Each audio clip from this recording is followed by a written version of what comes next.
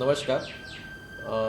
આપણે જાણીએ છીએ કે વસ્તી ગણતરી એ ખૂબ જ અગત્યનું એક વહીવટી પ્રક્રિયા છે અને આપણે ભારતની અંદર 1872થી આ વસ્તી ગણતરીની પ્રક્રિયા કરવામાં આવે છે.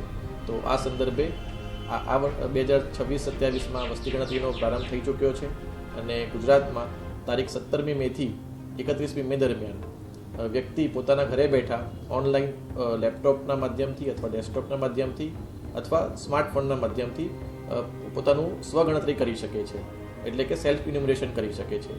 મિત્રો, વસ્તી ગણતરી વિકાસનો એક મહત્ત્વનો પાયો છે. વસ્તી ગણતરીમાં જે પણ આંકડા આપણને મળે છે તે આંકડાના આધારે જ આપણા દેશનું આયોજન નક્કી થતું હોય છે. એટલે મારી સૌ તમામ નાગરિક મિત્રોને ખાસ વિનંતી છે કે વસ્તી ગણતરીની પ્રક્રિયામાં આપણે ભાગ લઈએ.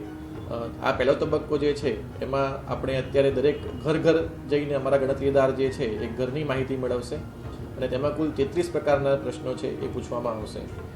પહેલા તબક્કાની જે કામગીરી છે આમ તો 1 જૂનથી લઈને 30 જૂન સુધી ચાલવાની છે, પરંતુ તેના પહેલાં સૌ પ્રથમ વખત આપણે વ્યક્તિને પોતાને પણ પોતાની બાબત અથવા તો માહિતી છે એ આપવાની એક આ વખતે પહેલ કરવામાં આવી છે, જે અંતર્ગત 17મી મેથી 31મી મે દરમિયાન પોતે પોતાના ઘરે બેસીને મેં અગાઉ જણાવ્યું તેમ પોતાની માહિતી ભરી શકે છે, એટલે કે સેલ્ફ ઇન્યુમરેશન કરી શકે છે.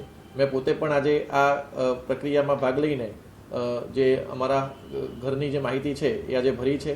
ખૂબ જ સરળ પ્રક્રિયા છે અને કોઈ પણ પ્રકારની એમાં આમ જોવા જઈએ તો કોમ્પ્લેક્સિટી નથી.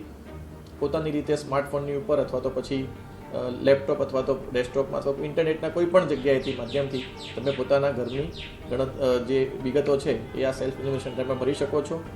જો કોઈ પણ પ્રકારની તકલીફ જણાય તો તમે 1855 એટલે કે 1855 નંબરનો પણ સંપર્ક કરીને માહિતી મેળવી શકો છો.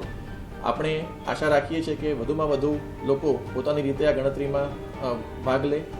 ત્યારબાદ 1 જૂનથી 30 જૂન દરમિયાન જ્યારે અમારા ગણતરીદાર આપના ઘરે આવે તો જો પોતે જો માહિતી ભરેલી હશે તો એક આઈડી જનરેટ થયેલો હશે, એ જ આઈડી તમારે એમને ખાલી આપવાનો રહેશે.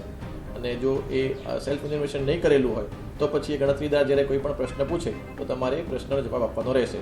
પરંતુ આજે અત્યારે જે મારું સૂચન છે સૌને અને જે નમ્ર વિનંતી છે કે 17મી મેથી 31મી મે દરમિયાન તમે પોતાની જે માહિતી છે એ તમે ભર્યું તો એ ખૂબ જ સરળતાથી આપણે કરી શકીએ છીએ અને એનો ઉપયોગ જે છે આપણે આગળ વસ્તી ગણતરી દરમિયાન કરવાના છીએ. એટલે સૌ મિત્રોને ફરીથી મારી વિનંતી છે. આભાર. જય હિન્દ.